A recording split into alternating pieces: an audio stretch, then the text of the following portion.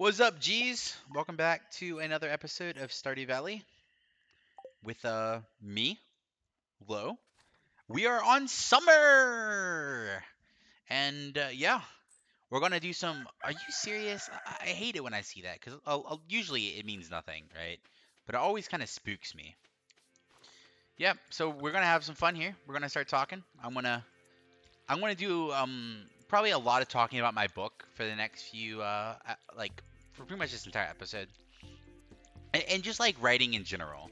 So my life, pretty much as a whole, like my dream in life, in case you guys are aware, aren't aware, is to be an author. Like I've had this dream since I was little. It's it's one of my favorite things to do. I love writing. It's just it's thrilling to me, you could say, and it just makes me really happy to do. And I wrote my first book a long time ago, when I was just a kid, like when I was very little. And I remember it because it was called Karate Island. I was like 11 years old. And I remember um, giving this book to my teacher, Miss Stacy. And it was not a good book. Maybe for an 11-year-old, it was pretty good. But it was definitely like, I would say like 95% of people, when they read a book that was like that book, I'm going to kind of tell you some of the like how bad it is in just a second. But I want to praise Miss Stacy for a second because this teacher, right? When I gave her my book to read, it was like 44 pages, right? About pirates and ninjas and a karate master. It had 98 reoccurring characters that were all first name basis only. In fact, there were some characters that had the exact same name, and there was no differential between the two characters. There wasn't. It was impossible to tell which characters I was talking about. I know. Horrific. Genuinely horrific. Not bad for someone my age, sure. But it was a horrific story. Now Miss Stacy took this story, read it, and then came back to me and said, "You have so much potential as an author, and I am very excited about what you are going to bring to the world of writing." And to have someone who reads your works as an 11-year-old, someone who like sits down and actually actively says, "You're good at this." When honestly, like I mean, I don't know if I was or not. I think I was. I think I had talent even back then. But it definitely wasn't a good book. It was a hard read, is what I'm trying to say. So it's like to have someone to go out of their way to say something nice about your work when they're aware of your age and like what what the skill is for your age is brilliant. She was a wonderful teacher, like a remarkable teacher, and really helped me kind of spur my way into being like the lover of writing and other things along those like of that nature that I am. And it's and I very much hold a lot of the talent that I have for writing that I have worked on over years and years and years of writing. I attribute a lot of that kind of as a start to her. What was that? Was that an earthquake? Please don't be an earthquake. Please, please. Ooh. Okay. That like almost pissed me off. But yeah, it's she really did like I feel like I feel like a lot of people, a lot of teachers don't like recognize just like the sheer like amazing like the amount of power they have in the kid's life, right? Because like Miss Stacy, she understood that, and she did amazing things to my self-confidence as a writer, as a very young writer. And I am infinitely happy that she was in my life and was my teacher when I was so young. So yeah, I attribute a lot of it to her. Um, not only to her though. I want to kind of also bring up my sister, and kind of what I'm doing while I'm working right here and just going through these days. Like one of the reasons why I just kind of want to talk about this is more like I'm not just shouting out these people, right? I'm kind of saying that there's a lot of people who love writing, right? And there's a good chance that like initially, just like off the bat, they're not clandestine to be like the best writers in existence. Like that doesn't really happen. You have to have people who work their butts off to be good writers. And I think the thing that like people kind of miss in like along those lines is that all like the best writers in the world have worked their butts off to be good writers. And it's not a fast process. It's like an absurd amount of writing that they have to go through to actually be decent at the tool. I mean, at the art, at the trade, you know. And I really want to kind of like I want to push for if you know someone like and I know you do because like everyone knows someone. If you know someone who just like really loves to write and like they're trying to get you to read something that they've written, put aside some time. There are so many times in which I've given my writings to people. Like I've given a lot of my writings to people, and then people don't like read it, like or they like just read like a chapter and then tell you that they'll get around to it eventually. And I get it, people are busy, but no one's that busy, right? Everyone has time to just read something that you've written, and people don't understand like the impact that it has when someone's reading your stuff. Like it is amazing how good it makes you feel. Like how much you get done as like a person when you're able to kind of sit there and someone like sits down with you and goes, this was great, or even this could use some work, let me tell you how, and actually show that they care in that way. Like holy shit, dude, it is amazing. Like it feels so good on your heart. And I mean there's a lot of other things that this can go like into, right? But I'm talking about like writing in general. I just think that there's not enough love for writers in this world. I think there's a lot of love for musicians, right? Like especially musicians that have like a small amount of talent. And I'm honestly saying a small. Like it really, you don't need a ton of talent for people to be like, dude, I love your music. And a lot of that has to do with the fact that music really, it doesn't take long to show someone, right? Like it really doesn't. But it's super nice even when you're a musician and you show someone something and they like admire it. Like it makes you happy.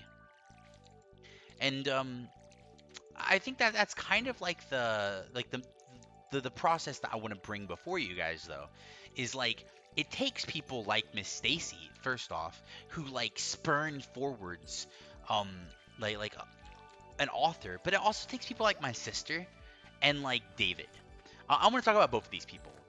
My sister first and foremost. When I was young, when I was just like a wee little writer, I used to bring her everything that I wrote. Like when I was like 14, 15, 16, I would bring my sister like 10 pages that I wrote on like a short story, and she would be so excited. She'd be like, this is great. I'm looking forward to reading the rest of this. And then of course I would never write the rest of it. I would move on to the next project because I was young, I was scatterbrained, I didn't know how to finish things. And she would just keep reading it. She would keep going, I'm so excited about this. I'm so excited about this. Like this is so good. This is such a good idea. And but the thing is she also stopped. like after like 2 or 3 years of that, she finally was like there was one particular story that I wrote that was called Sanity's Fair. Well, it was actually called the Power Chronicles at the time, but it was called the Power Chronicles, and it was like it was a pretty good story. I'll be honest. Like even at the time, it wasn't that like it wasn't it was really good for like the 16-year-old that I was. And my sister read it and she said, "I'm not going to read another thing that you write." And I was like, "What? Are you serious?" And she was like, "Yeah. Until you finish something, I am not going to read another thing that you write." And I was like, "Okay, I guess I have to finish something now because like, my sister, she was the one that read everything. So like I really need to finish stuff so she'll continue reading my work." And so I did. I finished Power Chronicles, and it was good. It was honestly a really good idea. Um, and I remember kind of like working on like the second in the Power Chronicles and then the third in the Power Chronicles and my sister read through them and she loved them. She thought it was great. She started trying to get me published. And when I realized that she was serious about trying to get me published, right? Um, I balked because I was not happy with the series. Like I thought it was a great series, but by that point I was like what, 21, 20? And I got scared. I was like, this is not good enough. So I rewrote the entire series, and it became a 5 book series, and it became a book series called Sanity's Fair. So I wrote the first 3 books again, within like about a year and a half. Like I really burned through those books, and they were a very intriguing story about a girl named Ginny, and kind of her um her approach into like this underworld of power. And it was a very interesting story.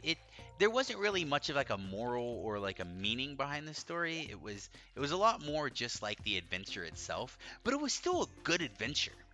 And around this time my sister got married and I moved to Michigan, and my life kind of got flipped, turned upside down. You know, just take a minute and just sit right there. I'll tell you how I became a prince of a city called Detroit. But yeah, it was a weird part of my life in which my sister got super busy and I was really far away. And I remember finally when I moved back to Birmingham, I lived with my brother-in-law, my wife's my sister's husband.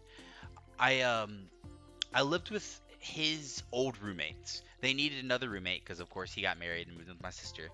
And I love this guy. His name's Tevin, and he's just such a good guy. And he read my books, and he thought they were really good. But he had some ideas on kind of how to make them better, which people hadn't really talked to me about yet. It was like at that point in time, the only people that were really reading my book were Megan, my sister, and David, one of my best friends. They read everything I released, which was really cool. But they weren't the kind of people that were like, this is how you should make it better. They were more of like the people who were just super good support. They were the people that you needed behind you because they were the ones that were going to get you the encouragement that you needed to succeed. But Tevin's a different breed of a human.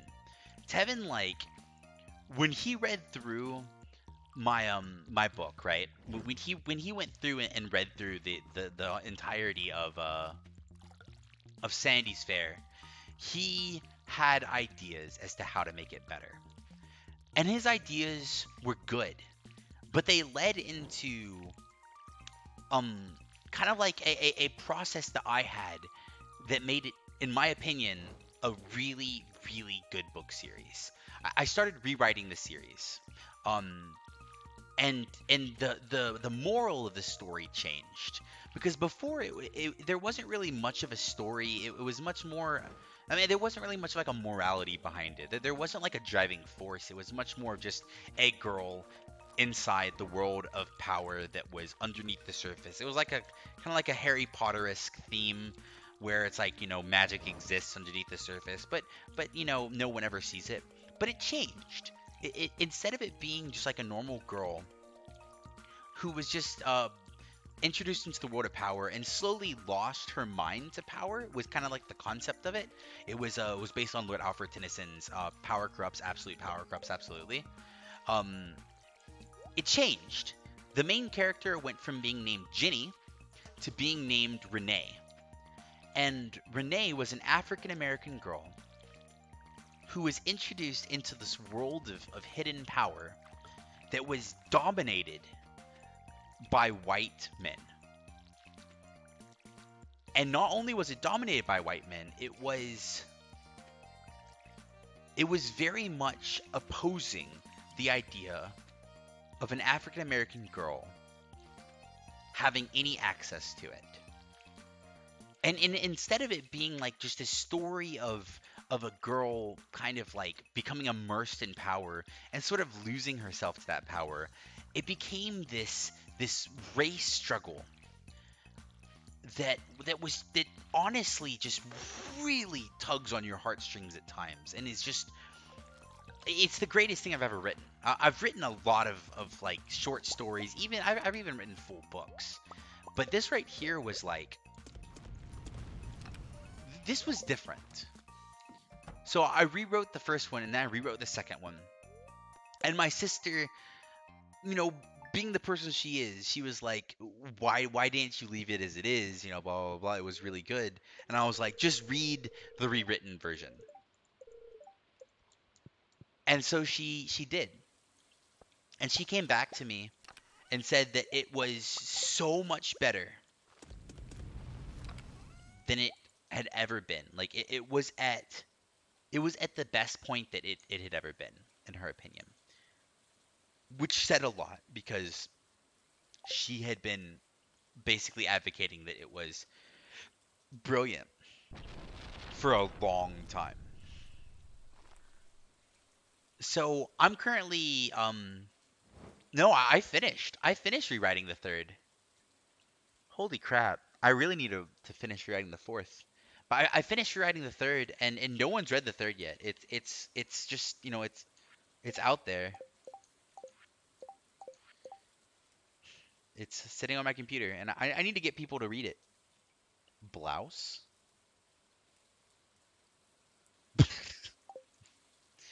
What? I really need to get people to read it because I'm very proud of it, is the truth.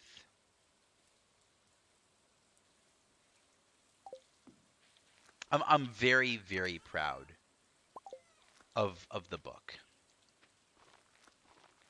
I think that I don't have money.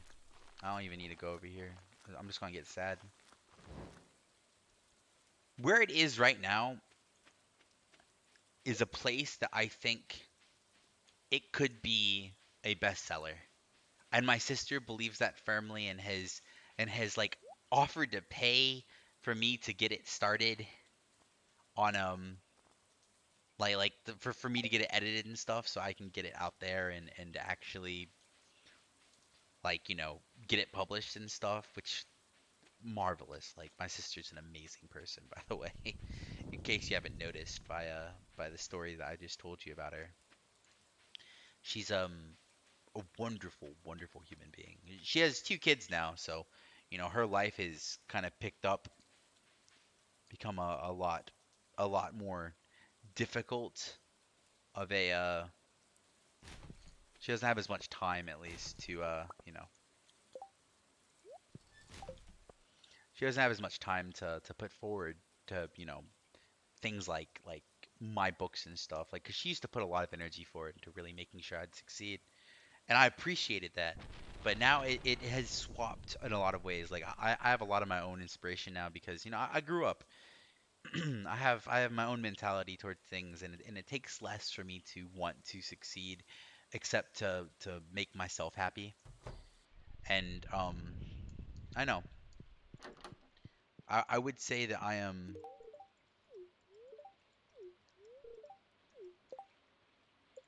I say that I'm pretty excited about people finally being able to read the published version of my book because I do think, and I mean this honestly, I do think that it is going to be something great. I'm looking forward to it. I'm going to, once I get it published and stuff, I'm gonna like put it on this like on this YouTube channel. I'm gonna talk about it. I'm gonna, hopefully I'm gonna be able to bring some people in who've actually read the book and just talk to them about the book and what they think, and without spoiling it, of course.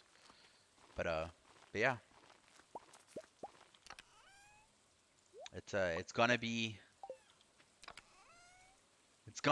an adventure, and I'm excited to be a part of it because it is definitely a yeah, yeah, it's definitely just gonna be a great time, and I'm pretty excited for it to happen.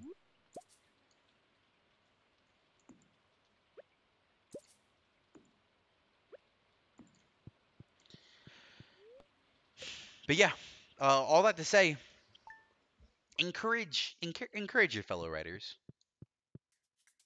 Please encourage your fellow writers. They need it. Most writers do not think that they're good at what they do, and having people like if someone who loves you gives you their writings and you kind of blow them off, it's going to hurt them and their self-confidence a lot. It will. Like, even if you read something of someone's and don't like it, you can talk to someone about that. If it's their dream, you could be like, hey, there's I read it all, it was like you clearly put a lot of work into this. There's a couple of things that I wasn't a fan of in this. They're gonna love the fact that you're gonna give them criticism. Like, honestly, like people, uh, an aspiring writer just wants people to read their stuff. Like, if you come forward with criticism, they will take it gladly because it meant that you cared enough to read what they wrote. So it's this entire, like, spiel of mine is more or less just me pretty much begging those who are watching this, just, a writer. You know someone who's trying to write. You know someone whose dream is to be a writer. Go tell them that they're good at what they're doing. You know what? Screw that. You know someone whose dream is to be a musician. Go tell them they're good at what they're doing. You know someone whose dream is to be an artist. Go tell them they're good at art, dude. Like, people need people desperately. And if you're the kind of person that expects people to, like, compliment you and say good things about what you've been doing and what you've been working on, but at the same time, you are not willing to go out and tell someone else that they're doing a damn good job with what they're working on, well, for one, screw you. And for two, you don't deserve anyone to say that you're doing good. You don't. If you're not the kind of person that understands the importance of positive affirmation from other people, then you don't deserve any positive affirmation for yourself. And I mean that in the nicest way possible. Be nice to people. There are a lot of people, a lot of artists who are doing their best, who are doing their damnedest. And they need your help, you in particular, to make them, to make them better people, to make them happy. So be that change. Be the change in this world that you want to be. But don't just sit back and stay quiet. Because that's not okay. That'll never be okay.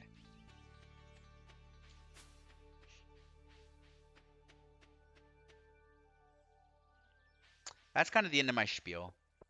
As you've noticed, I've been flying through these days.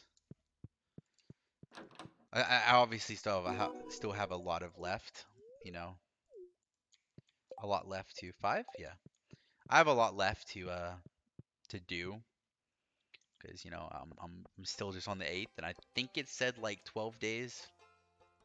Most of this summer is going to be like this. Like once I get to fall, I'm gonna have sprinklers. I'm gonna be able to kind of automate everything, and I won't be sitting there and having to water every single day, which would be wonderful, you know.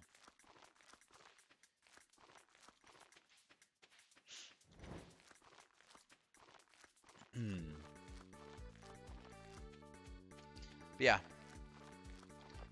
that's that's kind of my spiel, like and I'm a writer. I'm a damn good writer, by the way.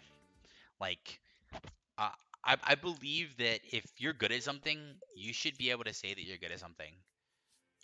And I'm good at writing, man. I'm really good at writing. It's it is definitely like one of those things that I've found that talent that I feel like it's not even like I had some innate talent with writing, but I'll be dead honest with you. Like most of it was just the sheer amount that I have written over the course of my life now is just an unbelievable amount. Like I have my Google Drive has like 3.5 gigs filled with nothing but documents. That's it. Just Google Docs. And so many of them that it's 3 gigs filled of Google Docs.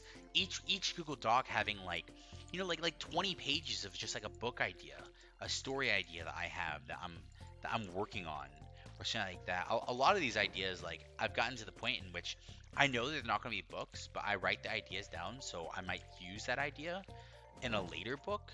But I just make it its own book, so it's easier for me to kind of understand where the idea is coming from later.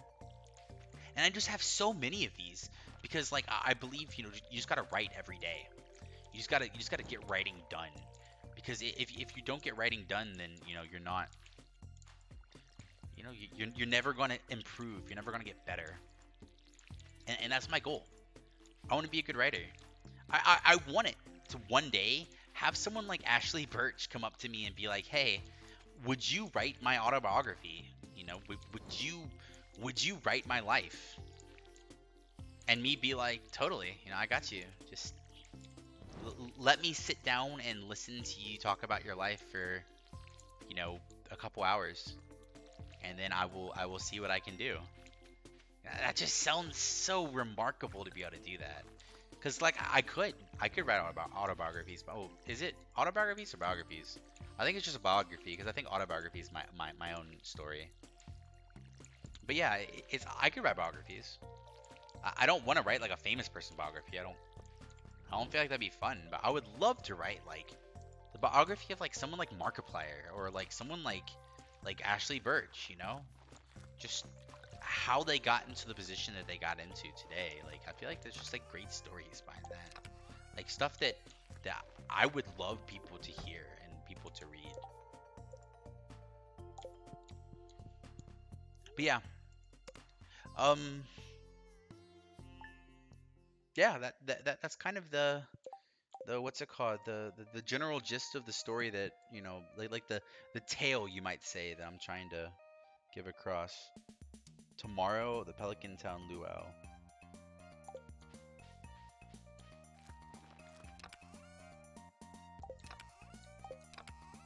Uh-oh. Oh, okay, good. I have a purple mushroom. I still think that purple mushroom is not going to be good enough because I think it actually has to be like a 1-star purple mushroom. Haha, which sucks, but it's fine. I'll just bring a purple mushroom and they can tell me it's gross.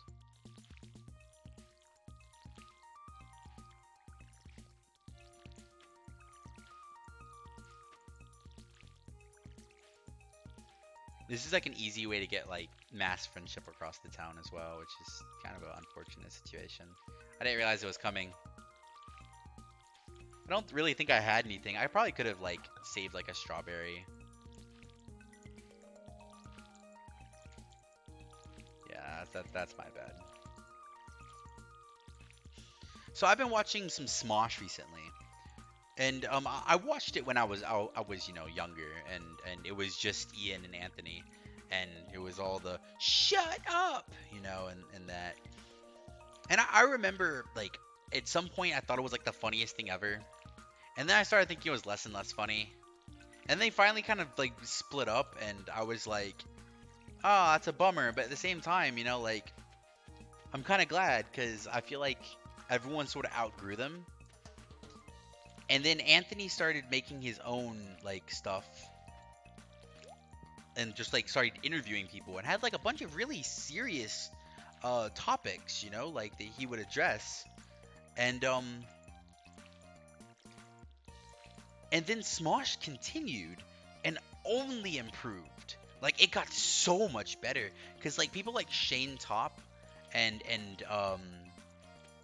and like the other crew that are currently in Smosh just like kind of came in and created this fantastic improvisational group that really just remarkable in entertainment. Like it is hilarious to watch them. And I'm a big fan. Like I'm not even embarrassed to say it, but like I think that they are truly worth like the fanship you might say of it now. I think that they just, are really good. Just really good like viewing. Just very good viewing. Oh, that was a rerun? I missed that at some point then. Uh, wait, hold up. I think I'm gonna call it here though, guys. Let's thanks for just talking with me. Thanks for having an episode, a couple episodes where we just kind of hung out. I mean, a couple days we just hung out. I'm probably gonna have something similar to this next episode. I'm not gonna record it tonight because it's really late. But I'm looking forward to the series kind of kicking off. Like I've enjoyed it so far, and I'm hoping you guys are enjoying it. I'm hoping you're enjoying, just talking with me, just hanging out with me. I'm hoping you're enjoying my stories. I'm hoping you're enjoying just some good old low maxing gameplay where, I'm just kind of doing my thing and having a good time. But yeah. I will I'll hit you up tomorrow. Um well, it's literally going to be my tomorrow, but it'll definitely be your tomorrow as well for the luau. And yeah, I'll talk to you guys later and have a good one. Peace.